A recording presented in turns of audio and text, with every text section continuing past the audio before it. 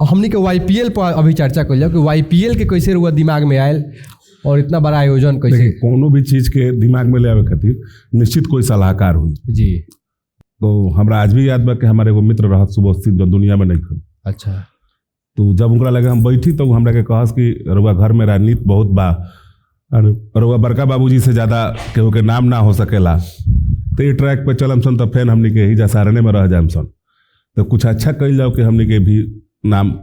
तो सुबोध भैया के विचार हमरा अच्छा लागल जी।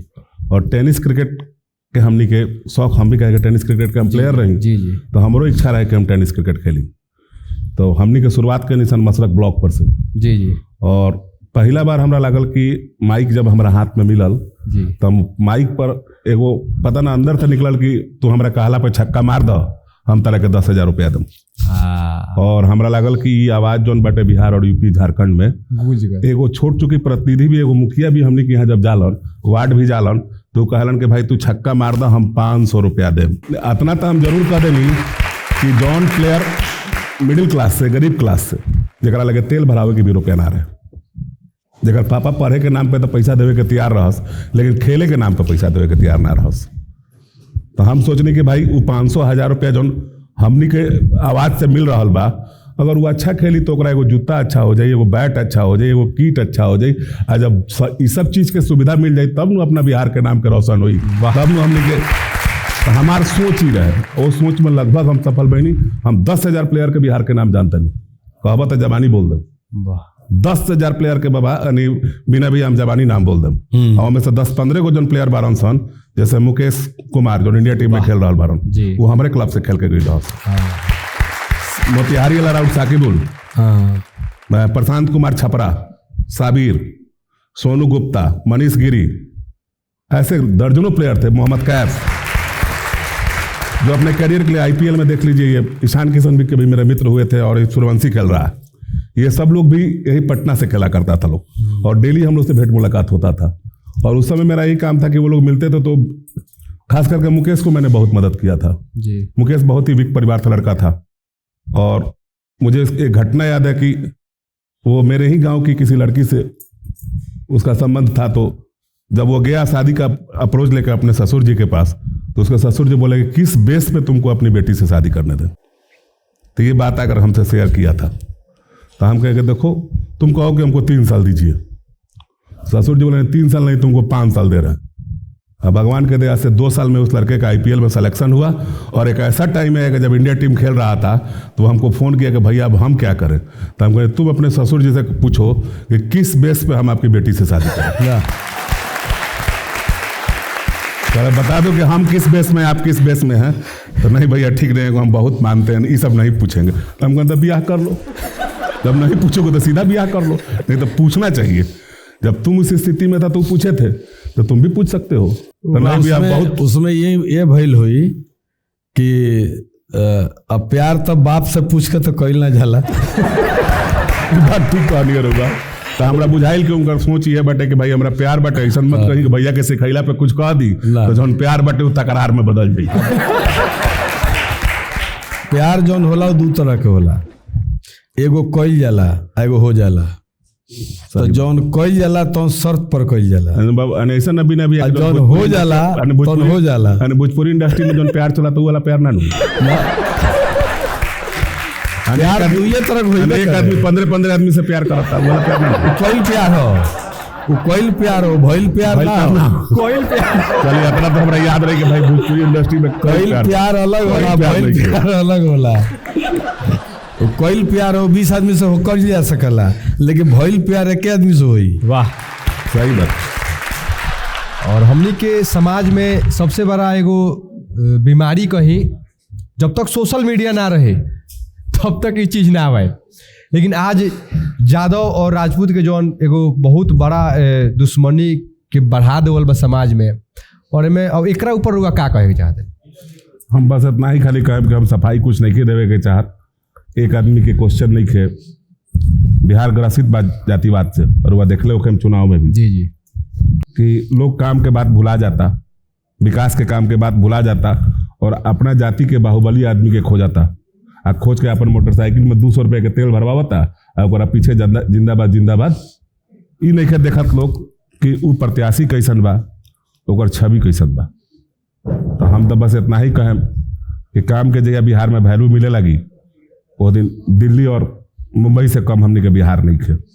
लेकिन काम के वैल्यू कम, हमने के जाति के वैल्यू ज़्यादा देता नहीं सब।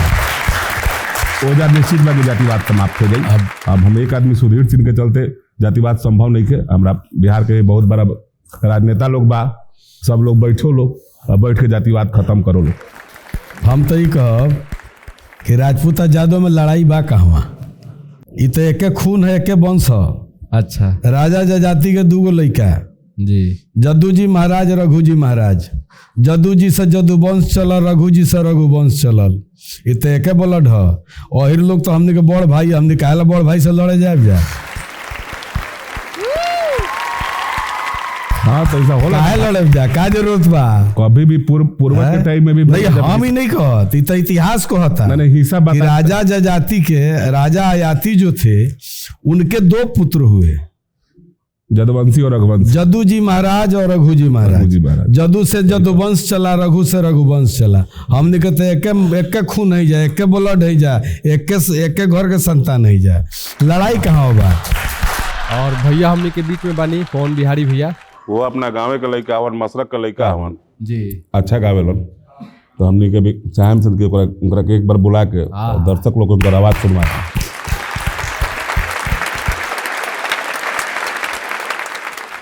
सबसे पहले हम सुधीर भैया के प्रणाम करते हैं। भैया हमरा के बहुत सपोर्ट कइले बनी शुरू से, जब से हम गाना बजाना क्रिकेट, हम भी क्रिकेट खेलते नहीं।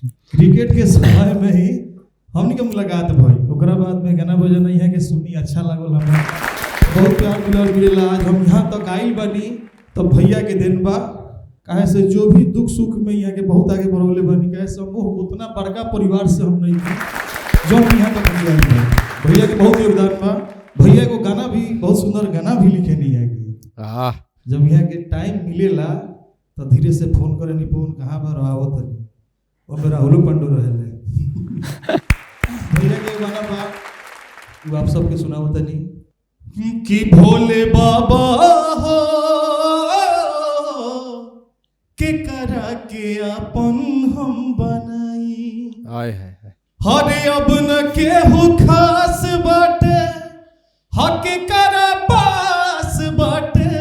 अब न केहू खास बाटे, के करा पास बाटे। कहिया ले ठोकर हम खाई, भोले बाबा के करा के अपन हम बनाई। हरे हमारा के रखिलाना अपना फूलवारी में, कमी न करब कबो तोहरा सेवादारी में। युवराज सुधीर के हर ताला तकदीर के, युवराज सुधीर के ताला तकदीर के, तोहरे नु चाभी से खोलाई। हाय हाय हाय, भोले बाबा के करा के अपन हम बनाई। से भैया के गाना हम सुनत नहीं, पवन भैया गावे नहीं, बहुत गाना राहुल भी गाने हमरा अच्छा लागेला। गाना तो बहुत गाना रहो अच्छा लगे, गाना हम चाहे भी रहो वो गाना में रोगा एक्टिंगो कोई बानी, वो गाना के हम गाओ तनी थोड़ा सा भैयों के बहुत अच्छा लगेला वो गाना। हरे प्यार पूजा हवे प्यारी ईश्वर, ई बात के हो न सोचे बिचारे। हमनी के दुश्मन भइल बाट दुनिया, बिनती बाब के हो पाथर न मारे। ना कोनो हाट ना, हाय हाय हाय, ना कोनो हाट ना बजरिया से होला। उमरिए के रोग हो नजरिए से हो। हमके प्रणाम बा। विशेष का को अब हमने के भाई हमने के गाँव जवार से बारे बहुत पहले से मुलाकात हो, तो हम राहुल थोड़ा सा हम चाहें कि तू गाओ। राहुल भैया खातिर एक बार जोरदार ताली।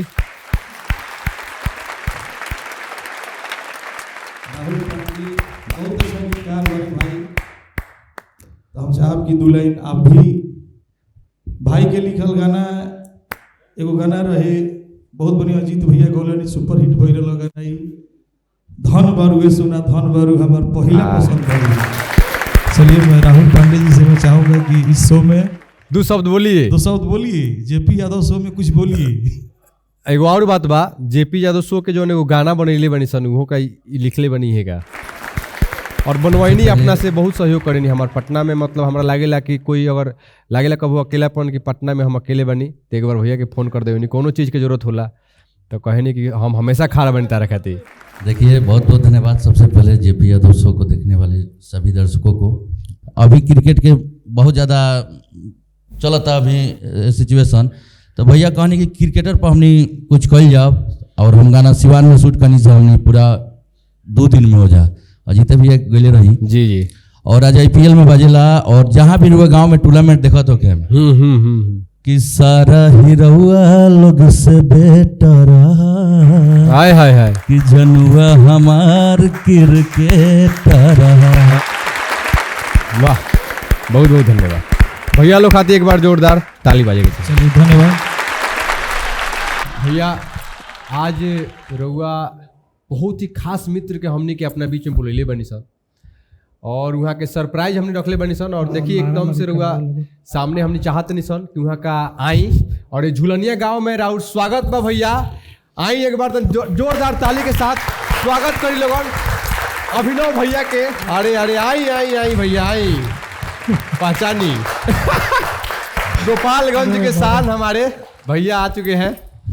कैसा लगा था भैया? अब ठीक लागता। सब ठीक बा, कोनो सब बढ़िया ना कोनो प्रकार दिक्कत ना। जहाँ सुधीर भाई रही हो, कुछ दिक्कत हो सकता था।